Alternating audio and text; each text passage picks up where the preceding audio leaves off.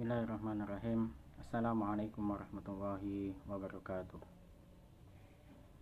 Innal hamdalillah nahmaduhu wa nasta'inuhu wa nastaghfiruh wa na'udzu billahi min shururi anfusina wa min sayyiati a'malina.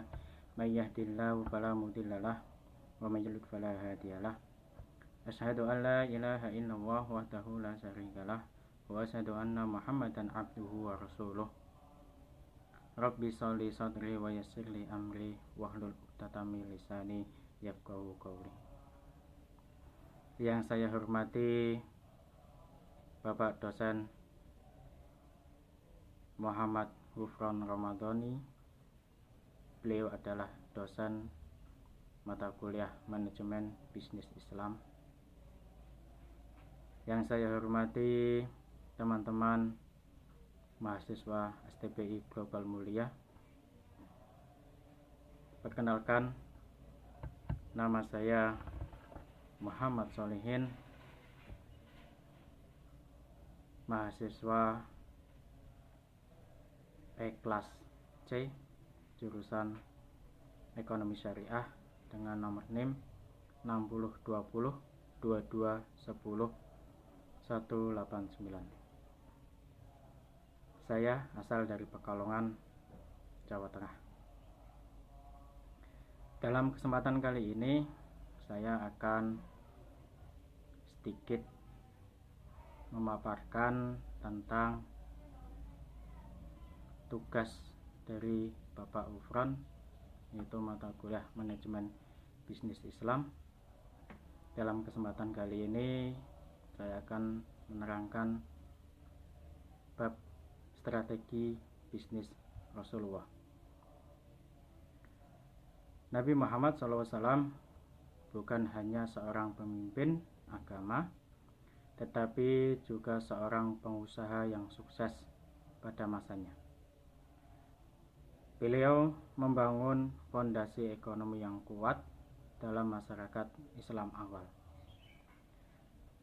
Strategi bisnis yang efektif yang diterapkan oleh Nabi Muhammad SAW memiliki nilai-nilai yang relevan dan dapat diaplikasikan dalam dunia bisnis saat ini. Dalam hal ini kita akan mengenal lebih lanjut tentang strategi bisnis Rasulullah yang efektif dan bagaimana kita dapat mengadaptasikannya dalam mengembangkan bisnis kita.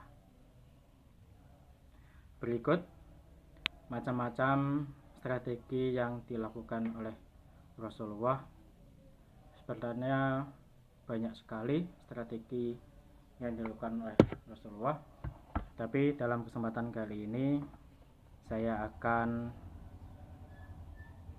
menjabarkan 5 strategi bisnis yang dilakukan oleh Rasulullah SAW.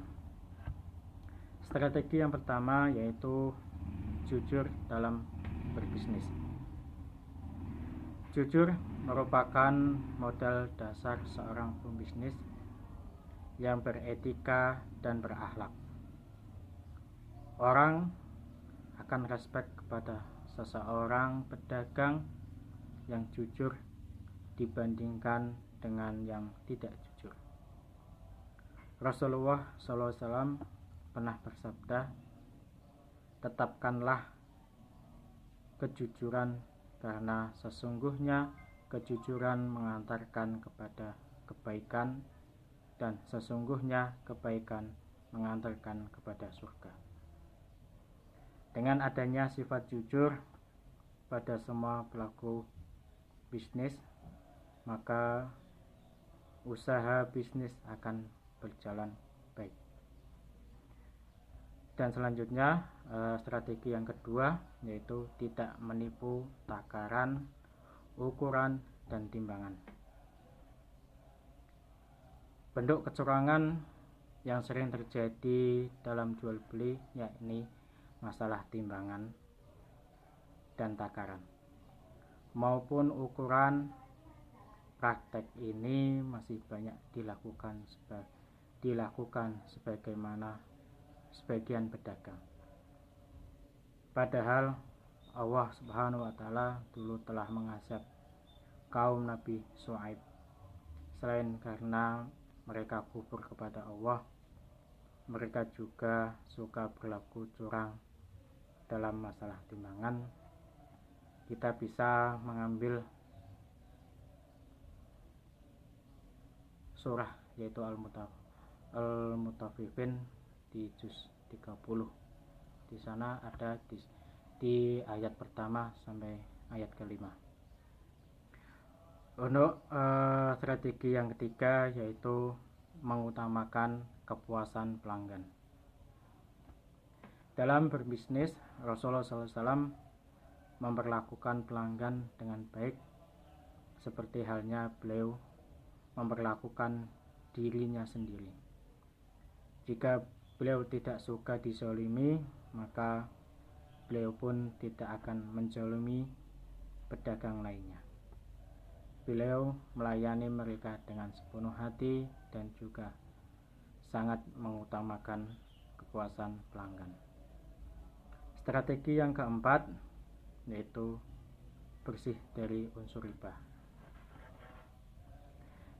Dalam dunia bisnis, Rasulullah SAW tidak pernah melakukan riba sedikitpun, apalagi sampai memakan hasil riba.